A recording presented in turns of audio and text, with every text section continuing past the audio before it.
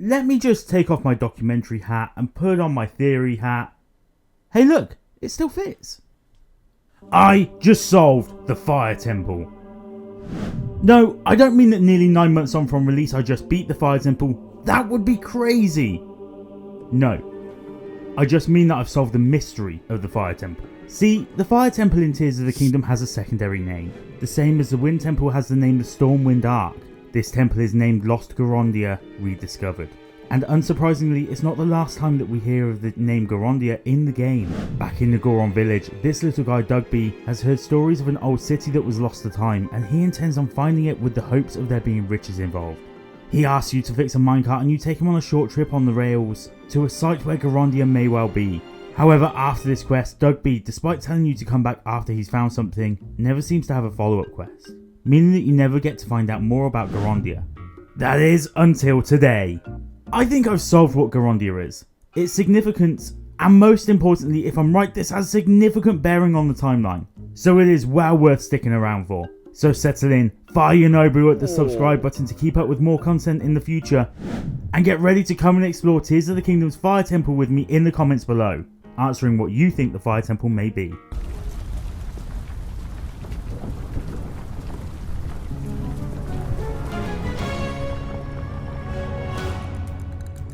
The Fire Temple or Gorondia is exactly where you would expect it to be, nestled deep inside of an inactive death mountain that doesn't seem to have had any lava flow for some considerable time due to the fact that it's completely dry. Before we get there though, we're tasked with finding out what is causing the Gorons to enter some kind of form of zombie state. Reddened eyes, blackened expressions, all obsessed with one thing and one thing only, and it's bloody disgusting. The marbled rock roast. Where this has come from is a mystery. At least until we finally find Yonobu, who has been distributing this stuff like it's a Class A drug. Everyone in Goron City, or should I say New Goron City, is obsessed with the stuff. We find out that the cause of this is Princess Zelda, or at least a clone of her, who gave Yonobu a mask which then caused him to mine up this stone. Yonobu obliges because it's Princess Zelda, and 100% not a shadow of Ganondorf, who is 100% not under the control of the Demon King himself. Once we've snapped Yonobu out of trying to kill us, we can then climb Death Mountain in search of the source of the rock roast. And in doing so, we drop right in through the top of the mountain and into the crater. Or at least what should have been the crater, because, well, we actually drop into the depths. The depths now have lava areas and a very volcanic feel, which makes sense, we just flew in through the core of Death Mountain. But from the moment we landed here in the game, I felt like this area had a lot more to it than just being a temple slapped in the middle of the depths. First of all are the references back to Gorondia and it being labelled as an ancient Goron city. The term ancient in Zelda lore is used pretty sparingly, and it's used to describe something from a past catalogue of Zelda games. Just look at these items that are designed to be Easter eggs back to the previous games, they're all labelled as from an ancient time. So to me at least, this place had to be something. And judging by this character Duma, a human living in the Goron city, I'd say there's more lore here than meets the eye. She claims that the Gorons lived underground way back when, but the particulars are still a total mystery. All we know is the place's name, Gorondia. There is definitely more to this place. If we don't go into the dungeon first but head over here, we can see outside of the dungeon borders the remains of other buildings. And we can also see what seems to be a hot spring over here.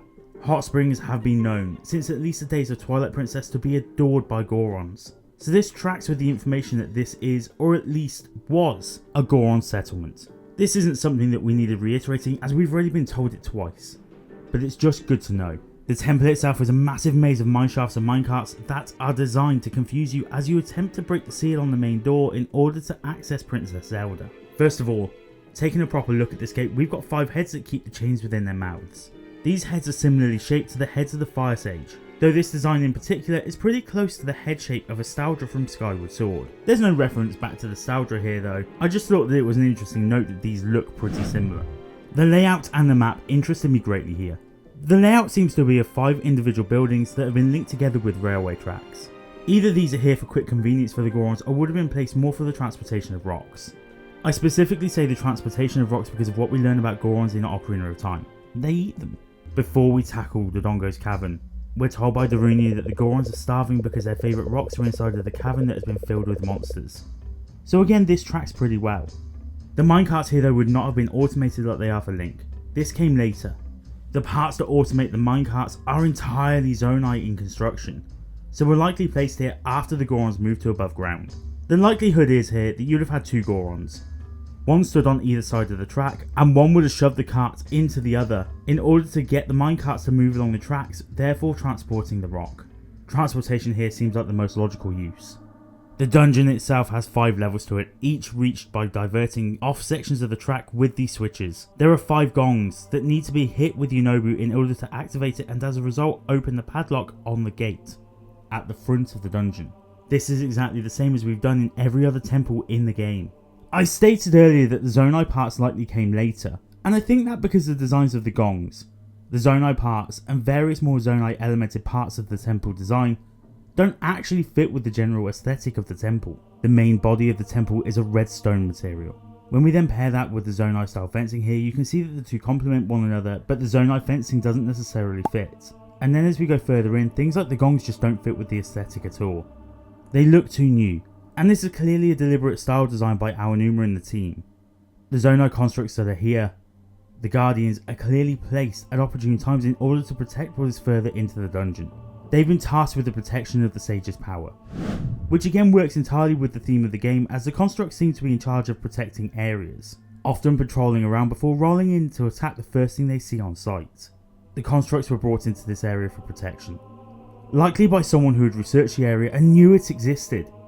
The only one that we know that fits this description is the one that we know built the construct, or at least she built a giant one to house her soul inside of should she pass, Minoru. Again, after the imprisoning war happens, and the sages all go back to their respective areas and Zelda gives the instruction to keep their power safe for future generations, it would make sense that Minoru ordered these constructs to keep the sages safe from evildoers. In terms of the rest of the construction, we've got a circular hut looking building at the entrance to the dungeon where you fight the boss. The 5 main floors are connected by a main pillar running through the level, which you need to find a way in and out of via the minecarts. Finally, in a couple of locations we have some broken wooden bridges that we have to ultra hand together in order to form a proper bridge. But how is this all relevant to what the dungeon is? I know, I'm getting there. But first we've got to lay the groundwork, right? So, we know that this place was a Goron settlement from an ancient era. We know that there's 5 floors, a central pillar, broken bridges, a redstone aesthetic. Look, there are so many things that we can accuse Nintendo of with this game in terms of being lazy, especially the storytelling, but the designs of the temples are far from accidental or lazy. Take a look at, for instance, the Wind Temple or the Lightning Temple. The designs here are thematic, beautiful even. No, Gorondia is themed upon something very, very specific. And I present to you Death Mountain Crater from Ocarina of Time. When we first get in here, we have a lovely red and stone aesthetic from the lava heating the rock. We continue on and we have to use our hook shot in order to get across this wooden bridge that is, well, broken. It seems familiar, no? Then after being given the bolero, we head into the fire temple, where we drop down a ladder and into the temple proper. We get inside, save the first Goron, double back on ourselves, come into this main hub area which we traverse on multiple floors to find more broken bridges. Finally, on receiving the map from this chest, we see something oddly specific. This temple has, wait for it, 5 floors! Then finally, on our way back to the main boss, Volvagia, we need to knock this block all the way from the 3rd floor to the 1st floor, where we hop over the gaps and into a boss room which is a giant circle. One thing I could let slide as a coincidence, 2 and we're getting a bit closer to deliberate, but every design feature apart from the minecarts, which were likely added later as the inside of the volcano began to decay, this feels a lot more like we're looking at these areas being one and the same. That is not it though. I held back on you all. Just a little, just with this. The music. The music in Tears of the Kingdom's Fire Temple is played in 4 phases. Parts 2 and 3 focus a lot heavier on the Yunobu and Daruk themes from Breath of the Wild. They're loud, relatively bombastic tracks that indicate some form of victory. But parts 1 and 4 are eerie, dark, depressing, slow, melancholic, and very similar, though not exactly the same, to the original Japanese version of the Fire Temple in Ocarina of Time. Just listen to the 2 side by side.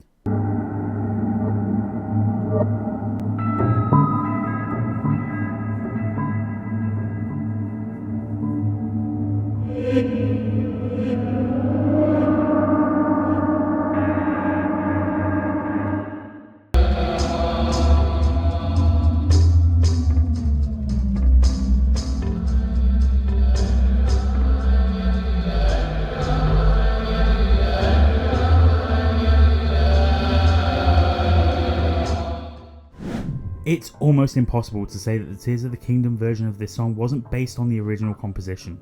Add to that our other pieces of evidence, and the last overarching piece of evidence in that they are both the only temples to be found inside of the core of Death Mountain, and wouldn't you know it, we have ourselves a match. The Fire Temple in Tears of the Kingdom. The Fire Temple in Ocarina of Time, while multiple millennia apart, are the same location. And this has massive implications for us when we talk about the timeline. When we talk about this game, we have multiple schools of thought on the timeline, and one that keeps cropping up is this. Tears of the Kingdom must take place after Skyward Sword and before the Minish Cap. You can read through the comments yourself on this one. I've had plenty of people say it on this channel alone, and I've always backed myself in saying that it's not the case. And Tears actually must come somewhere towards the end of the timeline. I said this because of these little artifacts that we see all over the place, like Majora's Mask that tells us it's from an ancient time. But these items aren't concrete enough evidence. They're pieces of clothing or weaponry, and all of those can be made by human or Sheikah hands in the case of those pieces that have got magical properties, and aren't substantial enough for us to say that this is where the game needs to sit in the timeline. They're not as concrete as, I don't know, a volcano that's been active for millennia. This volcano, though down in the depths, is still active. That's why we've got the magma down here still. After all, it isn't just going to appear from nowhere. We also know that we've only ever had one Death Mountain, two Death Mountains in the entire history of the Zelda series, which means it's been a constant throughout the series. The Gorons lived in an area just adjacent to the mountain crater in Ocarina of Time, meaning that this would actually line up pretty well with them starting to live down in the crater after Valvagia is defeated. This Death Mountain down here, this iteration of Death Mountain, the iteration of Ocarina of Time, is more than enough for me to at least say this game has to sit after the events of Ocarina, meaning that it happens after the timeline splits at the very least, and not here right at the beginning. The implications on the lore of the Zelda universe, with the original Death Mountain being down here, could be huge. Maybe there was more lore left behind in this game than I'd taken into account when I dropped this update video. I guess I'll have to stick around Hyrule a little longer. I'll see you next time. But first, if you didn't catch the channel update on the community post, I just want to present you with a little timeline of my own. This channel will do a bit of a retcon, like you guys thought Tears of the Kingdom was potentially. The old Tears of the Kingdom and Zelda content will stay on the channel, but the Rise and Fall videos, in a couple of weeks they will disappear. But not for good. See, I still really enjoy making these videos, and they offer a completely different selection of styles and tools and editing techniques, but this style doesn't really mesh with what I've created previously, and I think it comes across as a little confusing. I want to carry on making the opinionated documentaries, but also make theories, and as they focus on two different styles entirely, I've decided that within the next couple of months, I will be aiming to launch a completely new channel. I will still be hard at work here on Zelda content, but I want to cover theories across that entire Nintendoverse. And trust me, that is a thing, but I also want to work on the bigger projects. I'll be dividing up my time, focusing more on here, while focusing on the other content in between times. So yeah, watch this space. A new Hey Listen channel is coming soon, but to those of you that have stayed subscribed and watched the new content, thank you. I massively appreciate it. Now, I really will see you next time. Bye!